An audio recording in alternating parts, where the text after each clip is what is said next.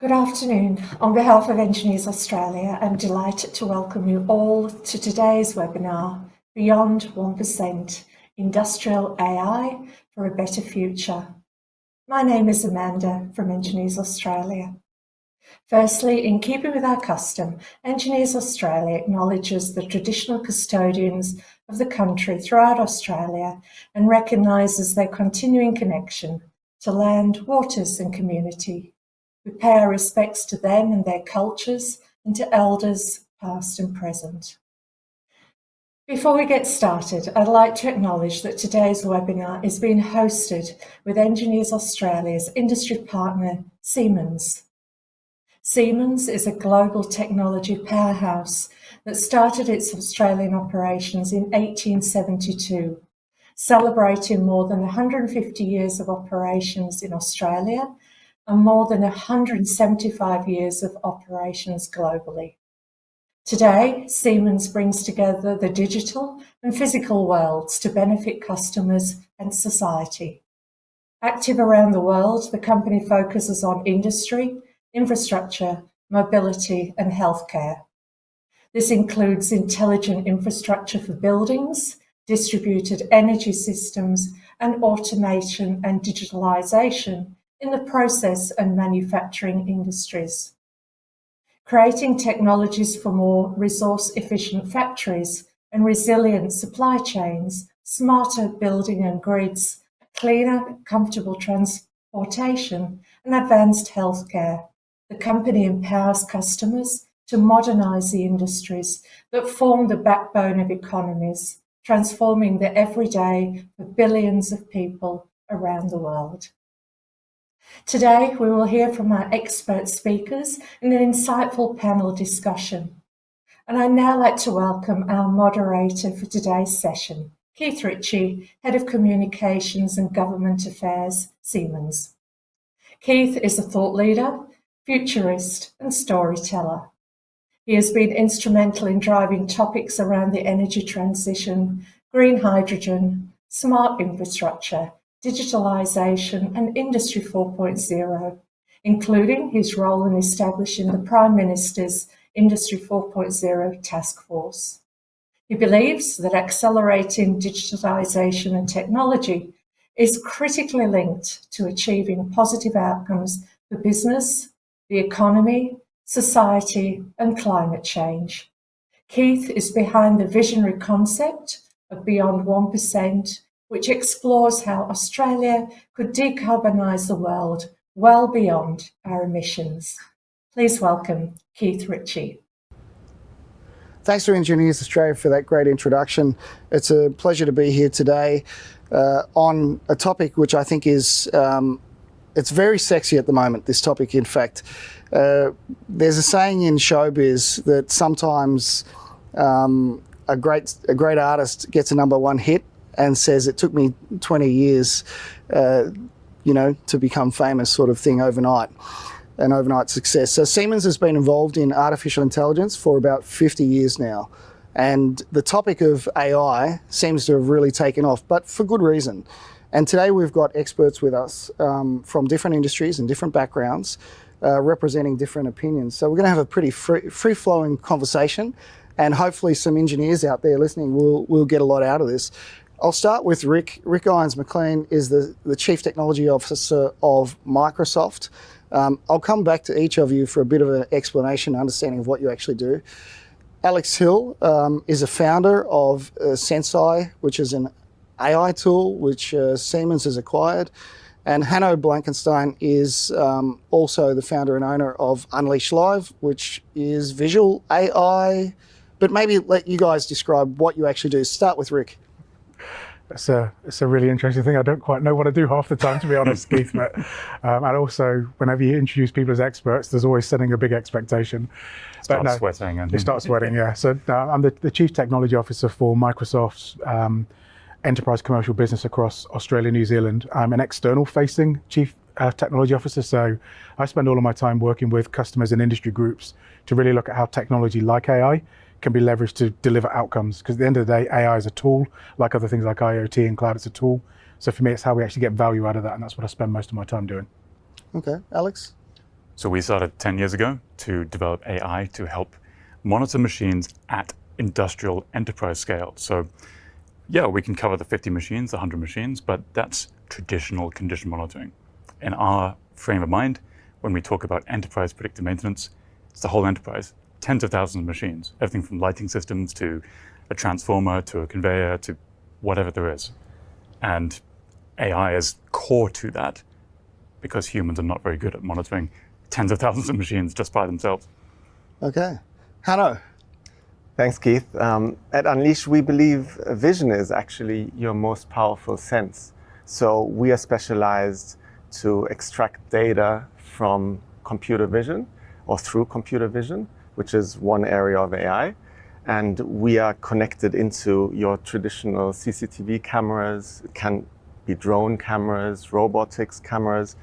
And we then use computer vision to really help monitoring of critical infrastructure, but also large-scale infrastructure such as roads, power lines, wind farms. And in effect, we supercharge your camera network to extract data for your maintenance and operational efficiency. Okay. Rick, I attended last year in December, I attended the Microsoft AI Summit in Sydney. Yep. And there's a couple of things that really stuck in my mind. And I guess it brought a light bulb moment on the sheer pace of change with AI. One of them was, I seem to recall your COO, global COO, saying that in 18 months, Microsoft has built a $10 billion AI business, basically. Is that correct, something like that? I'm not going to go into the specifics of the numbers, Yeah. but it's that level of pace and it's that level of output and revenue that we are seeing. So, and I think that's something that's going to continue to grow exponentially, particularly if we think early on. We're still at the nascent stages of generative AI development, which is really what's accelerating the AI transformation. And we haven't yet seen this scaled out across the world, across multiple organizations yet. So I think we're going to continue to see that as AI itself, particularly Gen AI, becomes more and more capable and it delivers more and more value and outcomes. So I think it's definitely a trajectory that's going up like that, Keith. Yeah. Yeah. So in the context of what we're here for today, this series that we've been running with Engineers Australia is around the topic of beyond 1%. And the 1% represents the greenhouse gas emissions that the nation is responsible for. Everything that we do, every commitment we've made, the net zero 2050 commitment, the energy transition, the greenhouse gas targets, all of that is to address the 1% of emissions that we're responsible for globally. And we believe actually if you accelerate technology and digitalisation, including AI, Australia could contribute to decarbonising the world by a lot more than 1%. So that's what we're really wanting to explore today. And sometimes we have to unpack that to see and put a different lens over what these outcomes are, where our emissions sit. What sort of things, you talked about predictive maintenance, Alex. How does predictive maintenance have any impact on sustainability? That's a great question. And usually in the market, when people talk about predictive maintenance, they're talking about fundamentals of avoiding unplanned downtime. And sure, that's important. When you want to use your machines, you want them working. And it's a basic principle of if I can't produce my product, then I can't sell it and I can't make money. But we find that a reasonably unsophisticated argument. Unplanned downtime is cost avoidance. You never plan to spend it. But as you get more and more into understanding and doing this at scale, and when you start to look at an entire enterprise and all of the machines, the level of the level of data and the things that you can explore there, you start to be able to say, well, actually, I don't need to perform these inspections as often. I don't need to go to the site as often. I can actually now turn my capital acquisition of this machine into a longer term payback, because maybe I only expected this machine to last 7 years. But actually, with the information that I'm looking at through predictive maintenance, I have the confidence now to say, well, I can extend the lifetime to 10 years. Okay. And so you're turning the conversation of sustainability and predictive maintenance from a cost center into a real cost saving. That's money that you can put in your pocket. It's money that you had budgeted for that you don't need to spend. And then you have all of the knock-on effects of, well, if your machines are behaving better, they're likely to use less energy, they're likely to break down less, and spill something or cause some form of environmental damage. And all of these things knock up. But you need a very sophisticated system to be able to capture that information, process it, and work with it. And humans aren't very good at that when it's at scale. So we started developing Senseye 10 years ago to really codify that and make it simple for humans. We talk about machines all the time. It's ultimately about humans. How can we make their jobs easier? Yep. How can we make this story better? Okay. Hanno, give us an example of where you talked about this vision being at the core, and how does that work with AI? Give me an example so I understand what you're actually talking about. Sure, and being partners of Senseye, we see that it all starts with actually capturing really accurate and good data in the field at scale. And you can do that manually. So at the moment, there are many, many engineers and humans just collecting all sorts of data. Yep. Infrequently, often on paper, or sometimes they have an Excel sheet. It's siloed, so it sits on their laptop.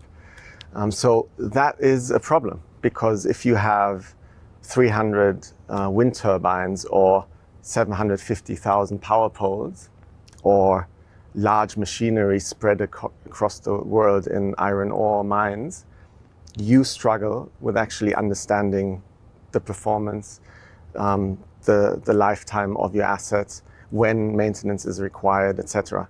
So now, clearly in the last years, there was a trend towards IoT. Mm-hmm. So you put sensors onto machines, or you extract digital data from your machinery, which is fine, but comes with a lot of challenges. You need to deploy hardware, you need to connect the hardware, you need to maintain the hardware, so you have another asset in the field. And so with computer vision, what we believe is a very complementary data set to IoT and the manual-based inspections is just putting data into cameras. You see that, for example, all of the conveyor belts in the Pilbara are actually connected with more than 80,000 cameras. They are often used for security. And now we inject more insights into those camera systems. So now suddenly you can analyze things as depth, speed, heat, vibration. All of those things exist through computer vision.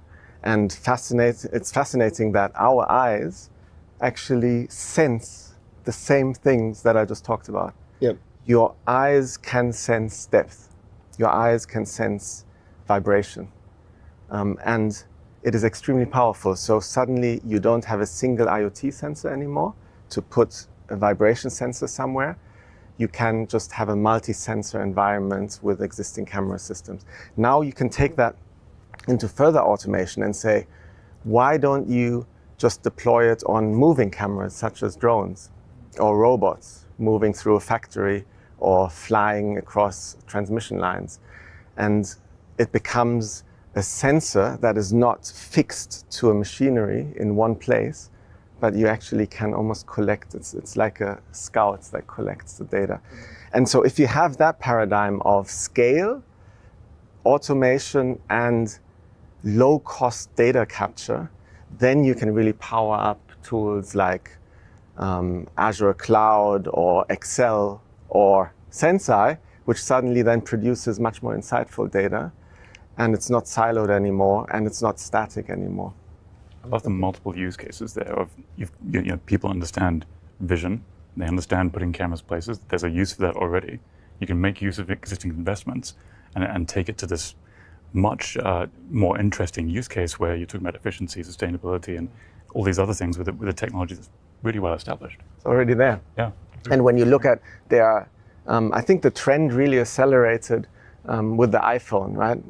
You can think of the iPhone as a consumer device, but what it did was the camera in phones suddenly made it accessible for anyone, not only engineers, but everyone understood the power of photography, first of all, for the consumer market, but then suddenly Apple added LiDAR as a complementary sensor. It added depth into the sensoring. So it's amazing how when you couple software with the camera sensor, what is possible. Yeah. And previously with your traditional CCTV or your SLRs, you never had that power.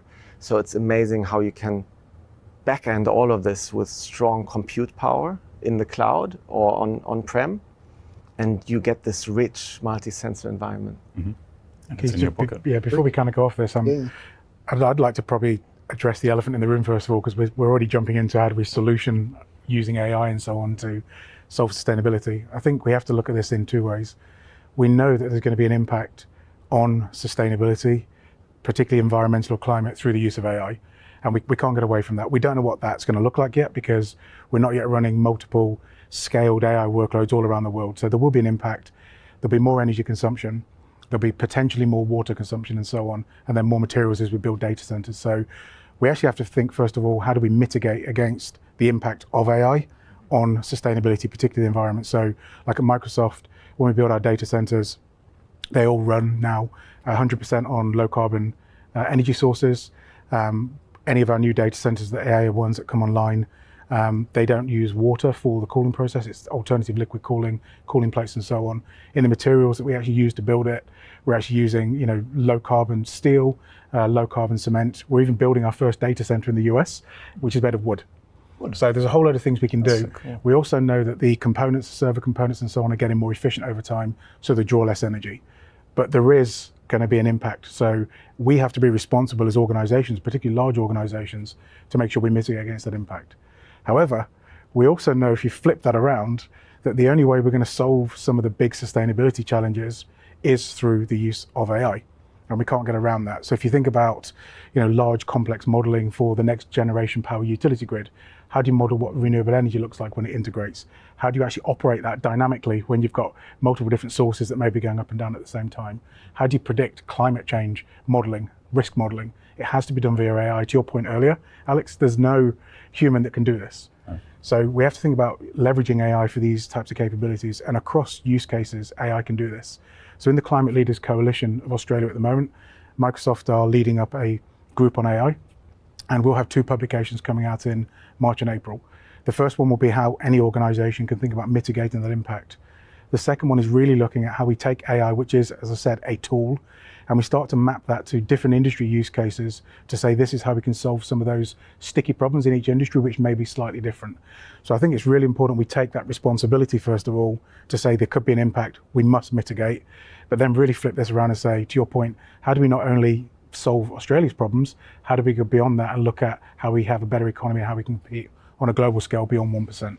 In some ways, what you've described is the philosophy of net zero itself. So philosophically, to achieve net zero, you are meant to make your operations as efficient as they possibly can before you rely on offsetting. And that's exactly what you've described. But I think that flip side is really important. Data centers is one thing. Of course, you need more and more data centers to handle that huge amount of data, but we know that there might be developments there on the way the chips are designed, and quantum computing and other things, which will reduce the size required, the heat generated, and so on. And the software engineering and the improvement in the models, which we're already seeing. So you're absolutely spot on. So this is an improvement that will definitely take place. It's an exponential improvement, because now you can use AI to improve the operations of your AI data center and achieve a level of granularity in that control and sophistication and efficiency that would drive a human team wild. And I think this is a really important point about how there are 2 elements here, right? And I might just be summarizing it in a different way, but there's AI and the capability of AI. We produce more energy, we consume more energy through the use of AI, which is a concern. But then you have the energy production and the energy transmission and distribution. So it's almost like we can put lots of Teslas and e-mobility into our transport system, but unless we have the energy generation not coal-fired anymore, there's no effect, right? So to your point, net zero really has to address the entire value chain, of scope 1, scope 2, and scope 3. Yeah. And one anecdote or example, I recently had a conversation with the CEO of one of our clients, the transmission and distribution company.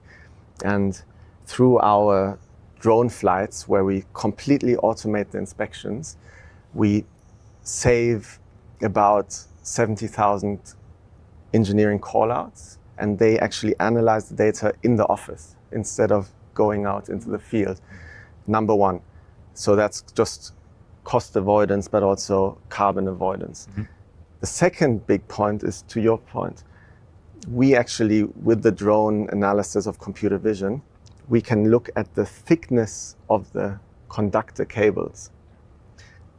A human is unable to actually see how thick the conductor cable is, and it's extremely complex to analyze. With the drones and the sensoring, we can do that in real time. And so he said there's probably 1 gigawatt just tied up in the cables itself. That's like almost a nuclear power plant. And so just optimizing and modeling how you unlock that value and how you replace the cables to provide more data, more energy for data centers, unlocks a tremendous carbon avoidance. So the UN have said that 79% of the sustainable development goals of the UN can be positively impacted by AI. So we know this is going to be a game changer, and is already. And I must share an example as well. One of our customers that we've done some work with, we jointly developed some algorithms, AI, that supported them. They came up with a way to clean the molds that make glass bottles using lasers instead of traditional methods, which is chemicals or ceramic bead blasting. So straight away you have a supply chain issue. You have to make chemicals somewhere, ship them somewhere, use them somewhere, dispose of them. That's one thing that's eliminated by using laser on the site. The challenge was mapping the path for the laser to follow to clean the molds without damaging the molds, because the other methods also damage the molds, to the point where every glass bottle mold requires an extra 1 gram of silica on average per year. Doesn't sound like much, but when you times it by 700 billion bottles a year, it's actually about 830 billion this year. But the calculations I did said that you can avoid the waste of silica, 700,000 tons of silica, in fact, which means that you avoid the energy used to convert the silica to molten glass, which means you avoid 1 billion kilos of CO2 a year in one industry through one innovation. And AI allows the path to be mapped in 2 seconds. So it's using algorithms to map that path so the laser can follow, and it eviscerates the material built up without damaging the mold. So it also extends the life of the mold. So you can see this is the sort of stuff that can happen. That innovation from Australia using tools and technologies is open and available to anyone. This is an SME. This is not a big company. This is an SME. That system is now being used in the US by the largest glass bottling company in the world. So you can see this is real, and that beyond 1% is very real when you start to apply things like AI. Rick, I was just going to say, just picking up on something you said, which I think is probably really important to this conversation. We've mentioned the word or term sustainability quite a few times, but it's such a broad and nebulous term.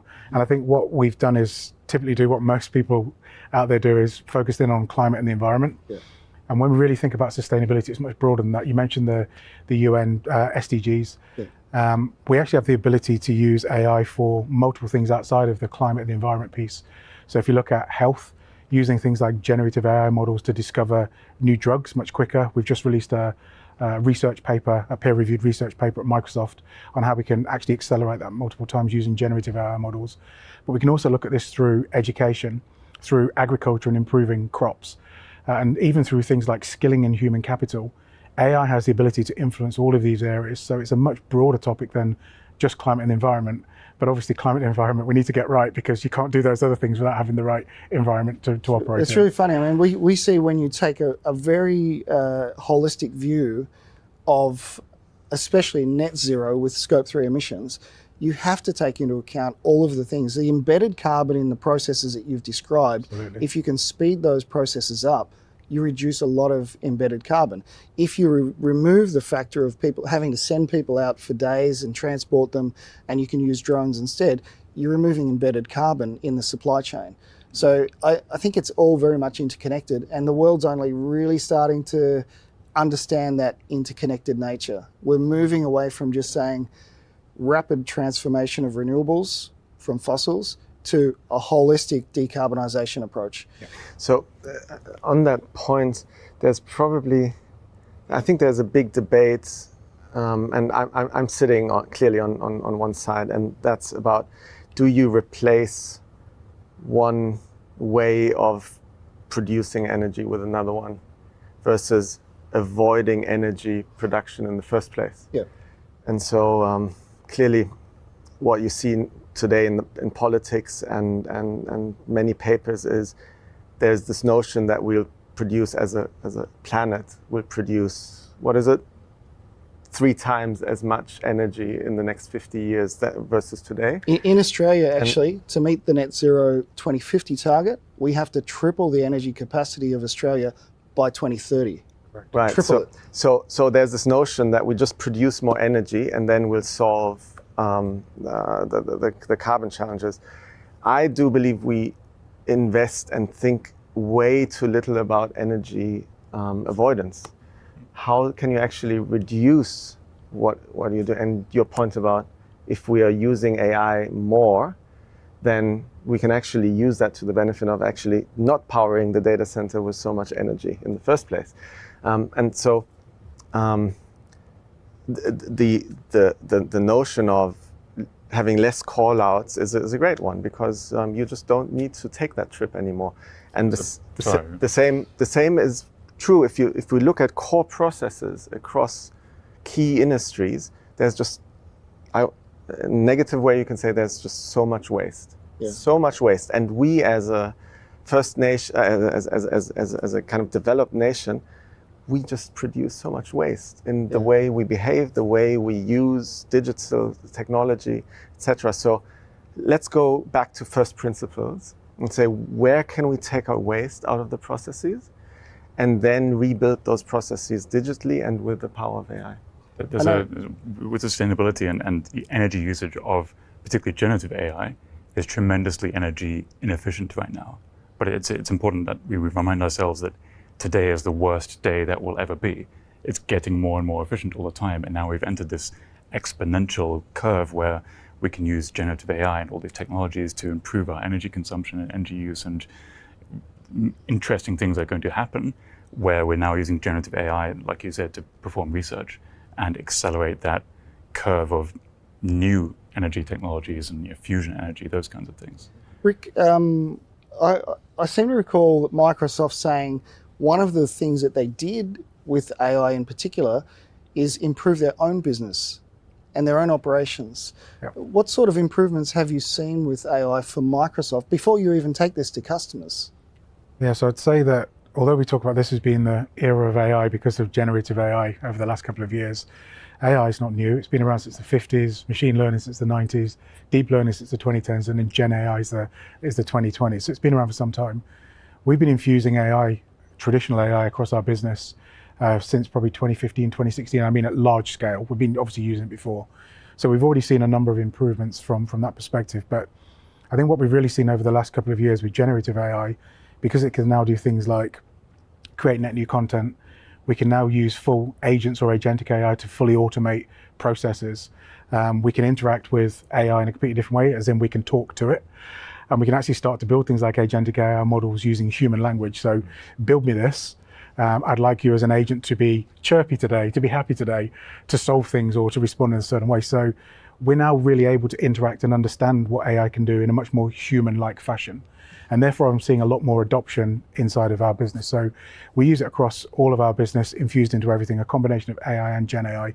We released a paper called our Work Trends Index. We did one in 2023, one in 2024.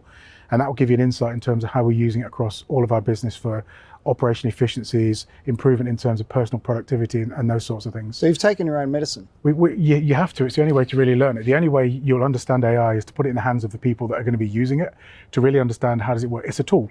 It is a tool. So how's it going to be used? Democratizing it now in a way. Democratizing that. Now AI is no longer about these super sophisticated engineers and scientists. It's not. Anyone can now use AI, Yeah. and that's the potential for the human spirit of creativity to work with this machine that knows everything effectively. Absolutely. And we're going to see some really wild things coming out of that, I think. We will. But to go back to those kind of core processes that you asked about, so we've got a lot of statistics we've kind of put out there in terms of across the business, what does that look like?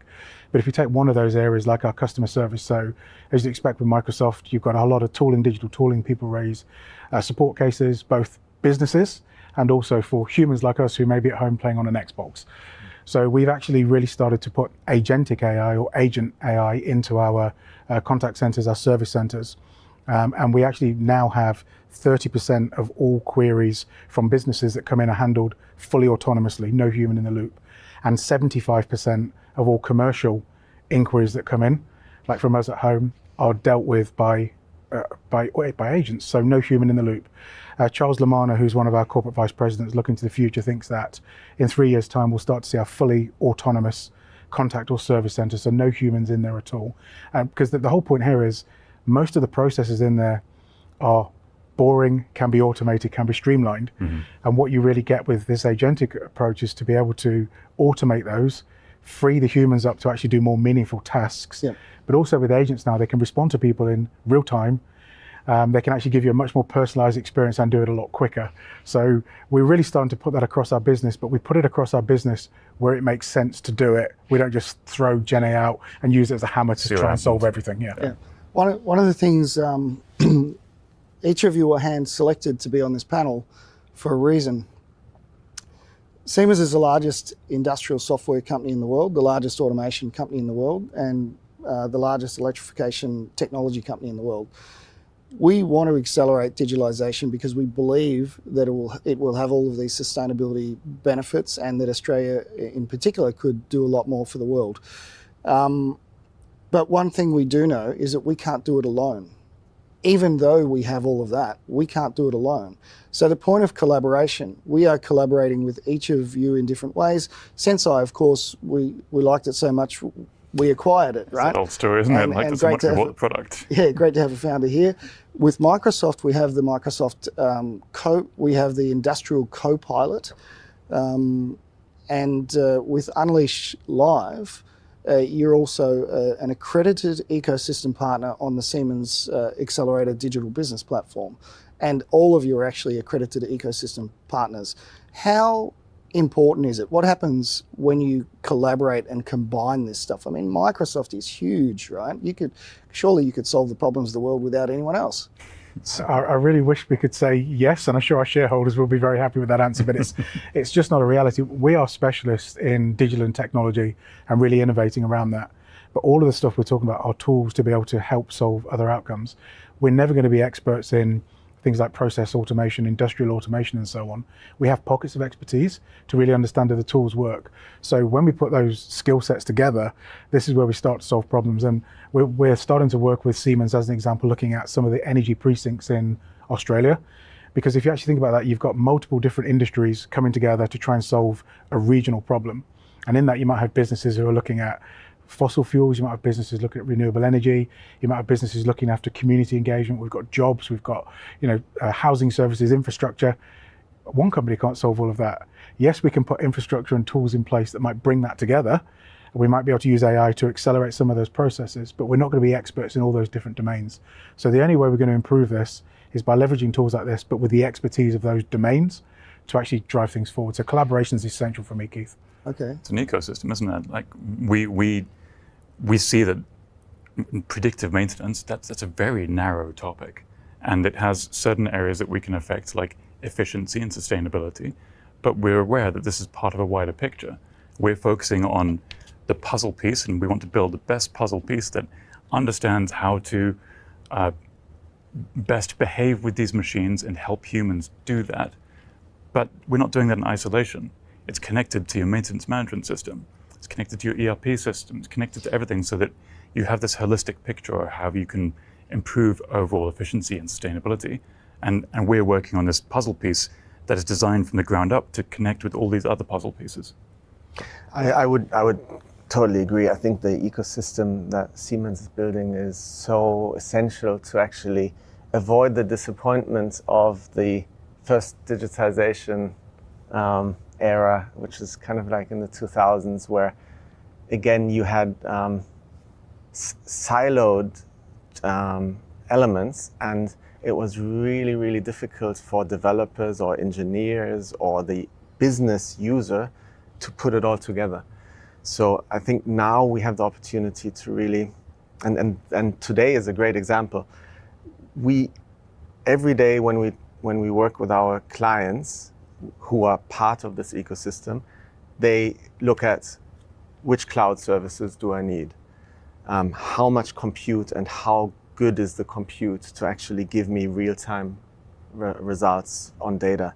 How do I present the data back to my business stakeholders, to my CEO, to my investors? And that's Senseye with a great visualization platform. How do I connect it all up into a workflow? So how do I modularize it with hardware that sits at the machinery or sits in the warehouse? And that's where Siemens comes in with the really strong automation tooling that you have. And so you need to, if you want a business outcome, you can only work in an ecosystem where you connect those puzzle pieces and you actually stick to your swim lane and then work with partners instead of trying to solve everything. So combining your visual AI, say with automation technology, would create some other form of magic that otherwise doesn't exist, yeah? Absolutely essential. We could not even physically deploy our technology unless we would have partners like Siemens and others that are really strong in the industrial automation space. It's not one size fits all either. It's and we saw the one size fits all approach, and Siemens even tried it 10 years ago, and customers don't want a monolith. They want best of breed into these sections. They want sometimes a company to solve that for them and put that package together for them. And so like the Siemens Accelerator is a really good way to do that. But ultimately they want choice because these businesses are unique. Mm-hmm. We can't treat them as the same business and you get the same monolithic solution no matter what. You need something that's actually going to be interoperable and allow people to still exercise some choice and flexibility. Another trend, or I think finally a good trend, is that we, like as businesses, there's not even an intention to lock the user or the customer into a certain technology or system, because you actually have modules and the world is moving so fast in digital. So interoperable, open. You need to accept software that. as a service. And that's actually your differentiation. If there's a new LLM coming around next week called DeepSeek 25, we can integrate it, and we shouldn't. Anything with DeepSeek, I'm not sure. We might have to assess Copilot. Copilot. Copilot 28. Everything, okay. Does it get bleeped out? And there will be definitely some other great fancy name to be another great module to plug in. So that awareness and that architecture, I think customers demand from modern businesses like us. Siemens recently released a report called A New Pace of Change, which is about the connection between AI and sustainability. It's a really interesting report, interviewing over 200 global leaders and a number of organizations behind this. And 91% of those interviewed said that AI will help them achieve their sustainability goals over the next few years. We'll put the link into the webinar so people can have a look at that. But it brings me to the final point I want to discuss, which is really for the engineers in the room, because engineers play a critical role in the world achieving the transformation and transformations that we need to achieve to sustain the future. Engineers are at the heart of this. But in Australia, we have something like a shortage predicted of 50,000 engineers short. The majority of engineers in the country are actually imported into the country. So we have a real skill shortage. Industrial Copilot is designed to address that skill shortage. How does it address the skill shortage? And I want to ask this question, the old question, will a robot take my job? Will AI take the job of an engineer, or will it help the job of an engineer? Like, I really want to unpack that a little bit as a final point. And then, I guess from each of you, what would your one piece of advice be to engineers who are listening in? What should they be doing in regards to AI? So that's how we're going to close. So let's go to Rick first. I knew it would be me first. I'm going to start with the last bit, which is I don't think in the short term, particularly from an engineering perspective, where you need a lot of different types of expertise, that AI will be replacing jobs. I think it will really be designed to augment and enhance jobs, and also help with transitions into other careers that we might need for sustainability. So from an engineering perspective, I would actually say, don't be so scared about AI taking your job. Be scared about other engineers who are really using AI to accelerate their business, because they'll be the people that actually replace you. I think it will replace a lot of automation and business function process. That's the sort of things that I think it will start to get rid of. We've got a report that we did with Boston Consultancy Group looking at the sustainability skills gap in Australia. This is a couple of years old, but it's very true to today, and we can paste that link in as well. Yep. But there's a knowing gap, both in terms of sustainability skills, but also in terms of technology skills, which we'll need to take advantage as we go through this transition. The thing I'd always think about, though, is what is it we're trying to do with solving this skill problem? Because I think quite often we say, well, we've got someone who might be, working in the fossil fuel industry. How do we start to transition them to solve a problem? Personally, I think it's going to take a little bit of time for our energy transition to happen.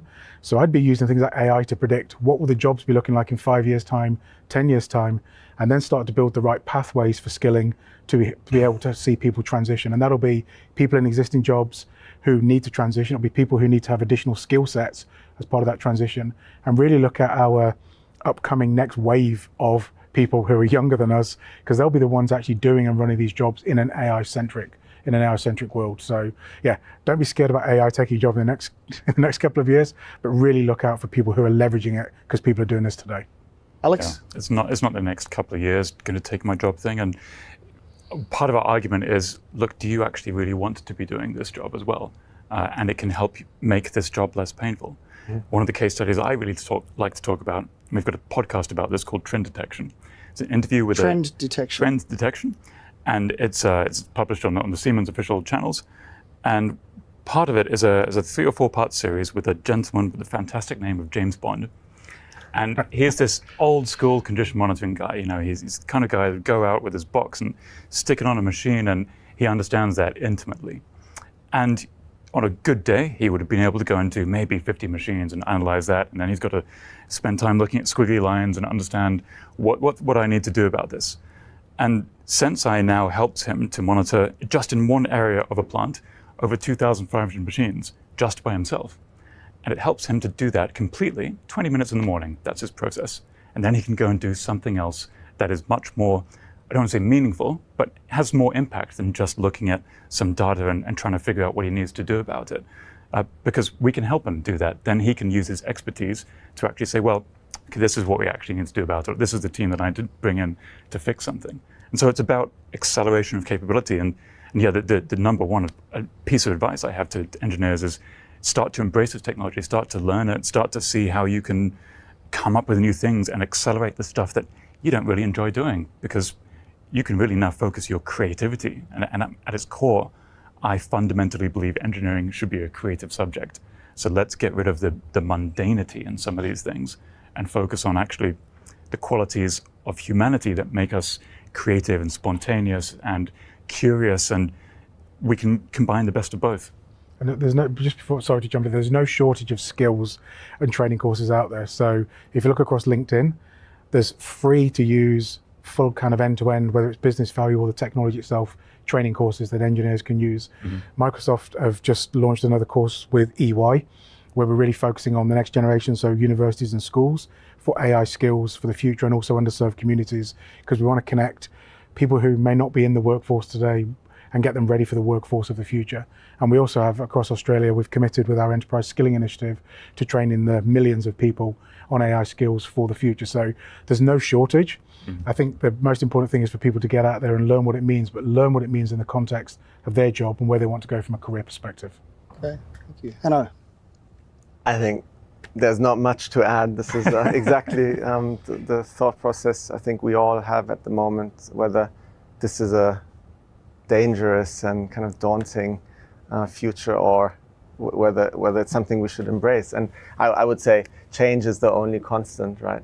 So we see, like you just, the examples that you provided, we see that every day with our clients, just using the tools and suddenly being much more empowered. So it's the opposite of fear. It's actually when you use AI, you feel like your creativity and your human self comes to the fore. And I think we'll see much more of that. We also see it in our next generation. So, and I think it's always a good idea to look at the youth. They just embrace AI without even questioning it, because they don't have this legacy that we have. So I haven't used the typewriter, so I don't think we should go back to typewriting. And the same will happen with AI. Our youth will not send emails anymore and so forth. At that point, then, I question if we'll even call it AI in the future, much like the information superhighway, or I'd say even IoT now is a somewhat archaic term. Are we going to be talking about AI in the next few years, or is it just going to be, this is how this works? Yeah, there's a branding attempt with Copilot by... I'm not going to call it Copilot, it just works. I think my marketing team would not give me a job. So. But I think one of the, you talked about creativity, and I think we need to, so if, one sense of reality here is, or a reality check is, in anything that we do with AI, we need to think about how to preserve the creativity and the ingenuity of humans.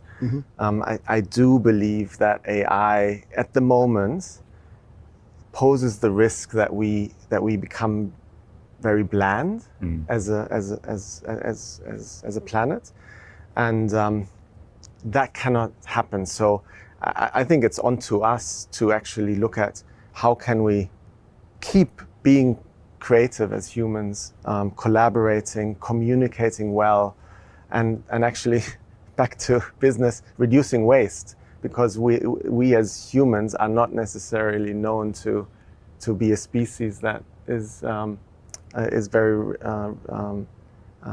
protective of our planet.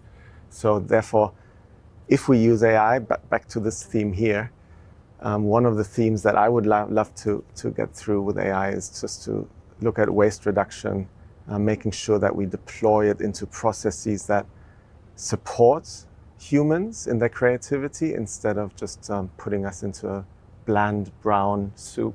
So if I sum that up, I think AI combined, we can't ignore the human factor to really leverage the benefits of AI for the benefit of the world.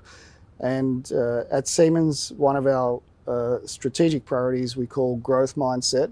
And I think this comes back to your point, Rick, to keep a curious mind, lateral thinking, creative thinking, and continuous thirst for learning and knowledge. And that's probably what engineers could focus on here. There's no shortage of material available. Just be the curious mind, the creative mind, and you'll be part of a great future. Thank you very much to the panelists today. I think it's been a great conversation. We could probably go on for another hour or two, and we might have to do that at another time over a drink. But thanks very much, and thanks to all the engineers that joined us. Thank you. Thank you, everyone. Thank you.